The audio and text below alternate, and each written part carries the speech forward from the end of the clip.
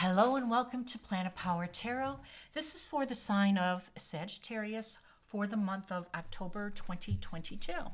Now, I like to begin with an oracle card to get a sense of the energy for this reading. And I do like to start also by thanking you for stopping by and spending your time with me. I am truly honored. Let's just get into it, okay? So, Sagittarius, make a change. Welcome change into your life. This is a timely message just from what the planetary aspects are. We're all in for some change, and if we welcome it and we make friends with it, it will go a lot smoother for us. Now, I am going to get an additional oracle. I'm going to get a animal spirit oracle. Badger spirit, be fearless and bold. I like that. Be fearless and bold.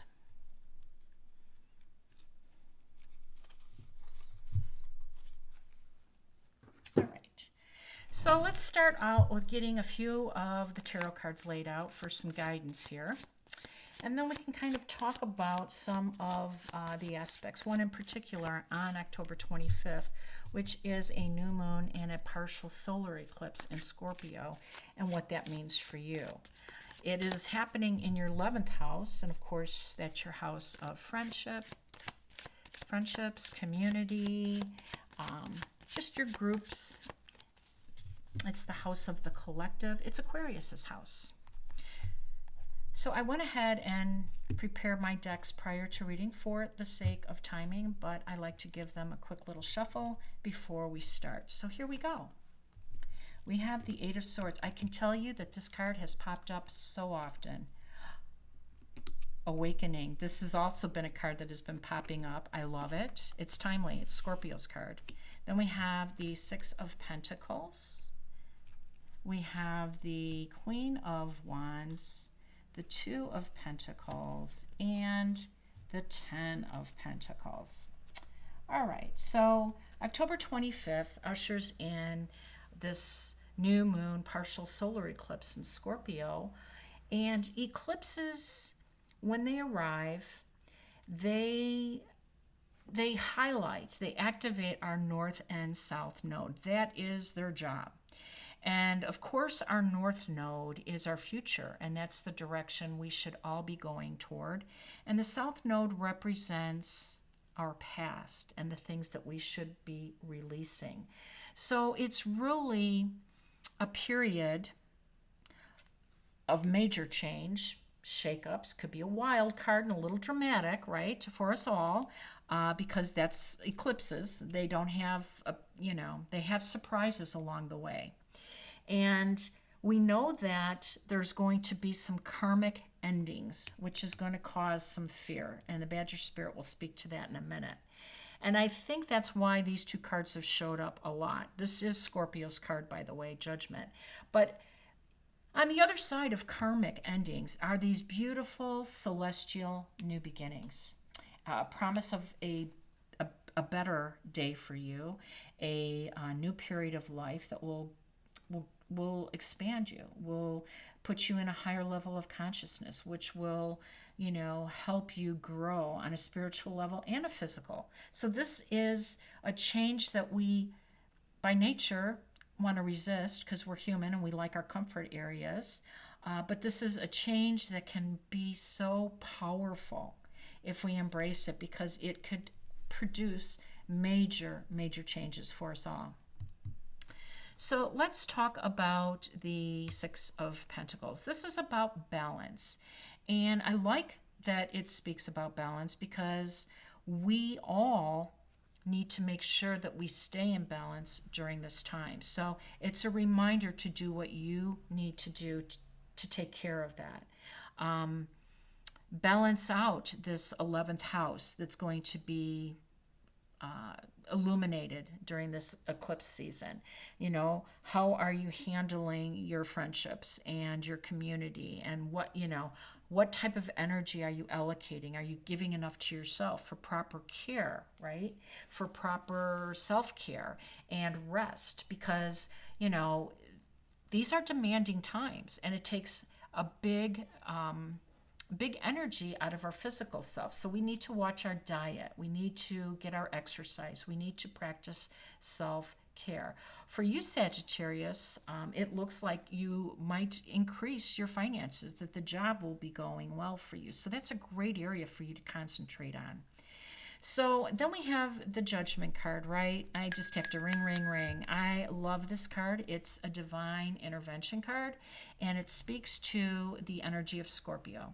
And the Judgment card is a card of a resurrection, awakening, a matter of truth, right?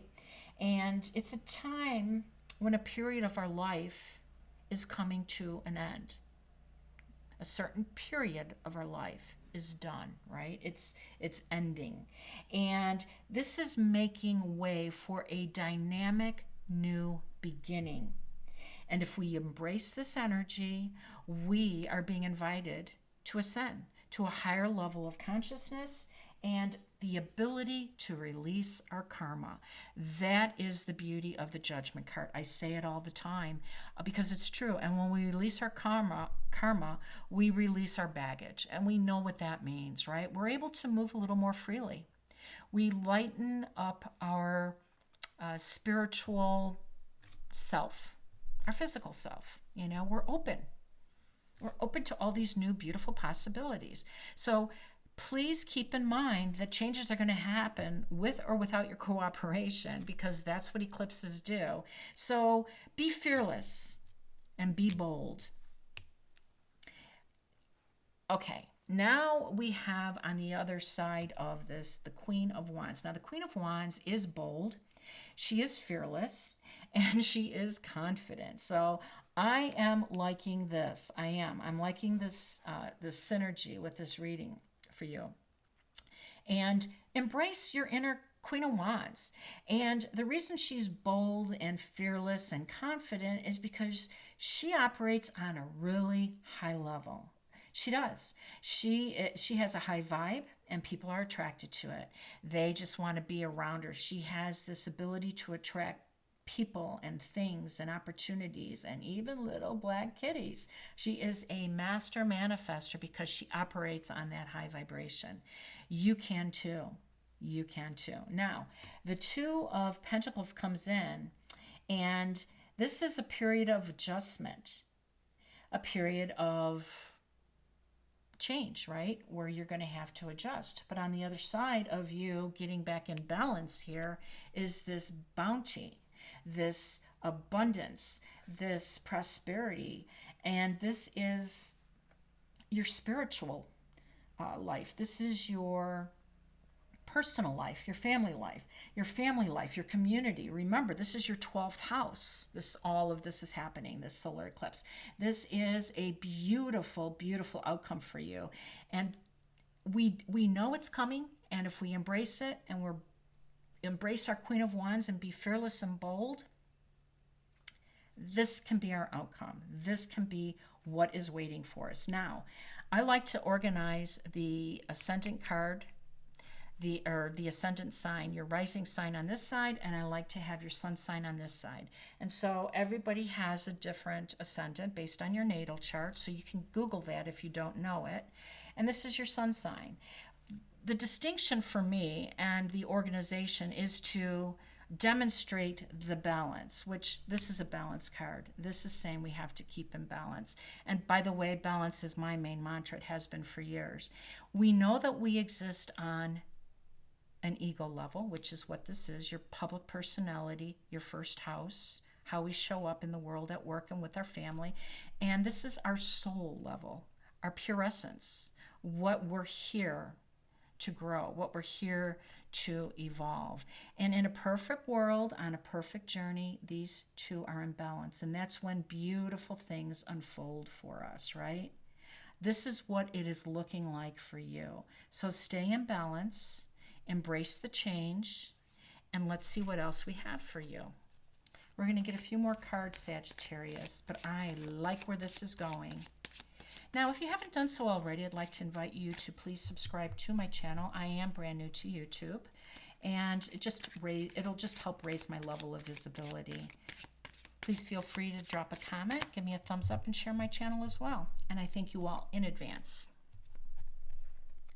So now we have the Hierophant, which is a very good energy. The Five of Wands, and the Empress. Powerful, powerful. Major Arcanas, beautiful. We have another major arcana, the Hermit, the Two of Wands, and the Mighty Knight of Swords. Okay, so we know that the Empress is a very abundant card.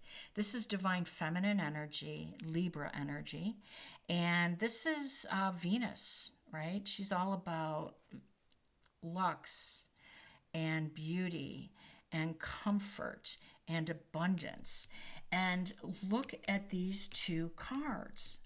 Oh my goodness, Sagittarius. This is like a perfect mix of what's going on in a balanced, what I just described being balanced, right? Supporting the ego and the soul level and being whole during this period. Now, there are going to be challenges, right? We know that the Five of Wands represents that because people are, this is a high emotionally charged period. Full moons are and eclipses are. So there's going to be some challenges along the way, but nothing that you cannot handle because you're fearless and you're bold. Now the Hierophant comes in, and this is another powerful card. It is a spiritual guide. He's always dressed like the Pope, sitting, with an orb and the Pope's crown and on an altar, similarly to the Vatican. But it really speaks to authority and power and strength. And it speaks to the spiritual perspective. And again, I just told you how I like to balance my ascendant sign with my sun sign and the importance of balance, because we have to support both the ego and the soul for a perfect journey. And so the Hierophant is a reminder to keep this in mind, to keep the spiritual side in mind. But you're doing a great job. You are definitely balanced here.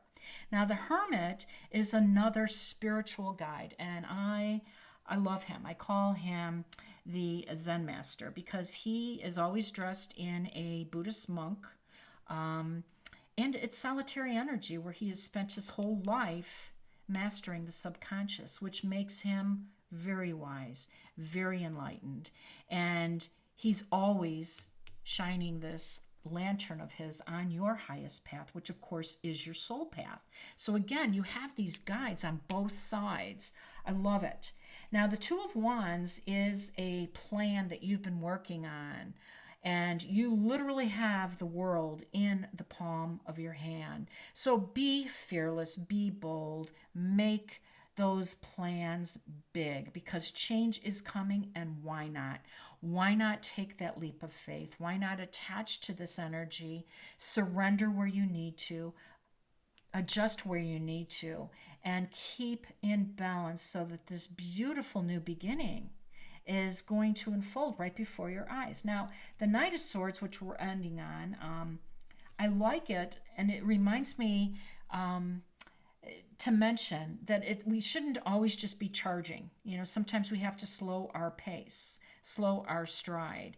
And I do like the Knight of Swords because he talks about getting past all obstacles, which is beautiful, because when we're making changes and we're trying to be bold, we most certainly will come across a few challenges and a few obstacles. So he's here to remind you that you have the power to do that. Of course you do, but not to maybe go as fast or as swift at this, because slow and steady will allow you to make those changes, to adapt, right?